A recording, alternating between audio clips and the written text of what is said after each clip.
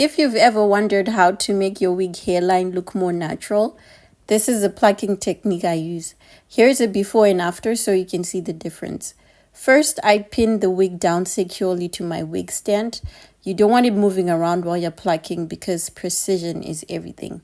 Next, I use a hot comb to brush all the hair back so I have a clear view of the hairline. Then I take my red tail comb, create my first horizontal section about 4 centimeters behind the hairline.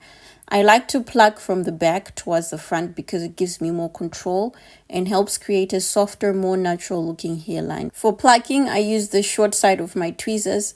My technique is really simple. Pluck twice in one spot, skip a small section, then pluck twice again.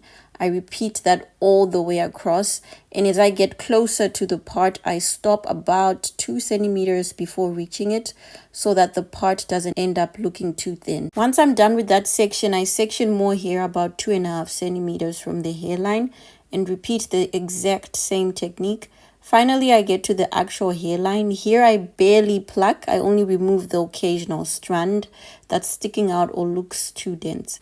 This final step is completely optional, but I like to go back to a denser area about 6 centimeters behind the hairline.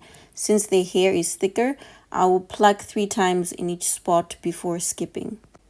A few tips before you try this: never pluck your wig while it's wet, because if you're not a professional, you risk over plucking and ending up with bald spots. Also, don't get carried away with the plucking. Your wig will naturally shed over time as you wear and style it, so you don't need to remove too much hair during the first plucking. The goal isn't to make the hairline as thin as possible, it's to make it as natural as possible.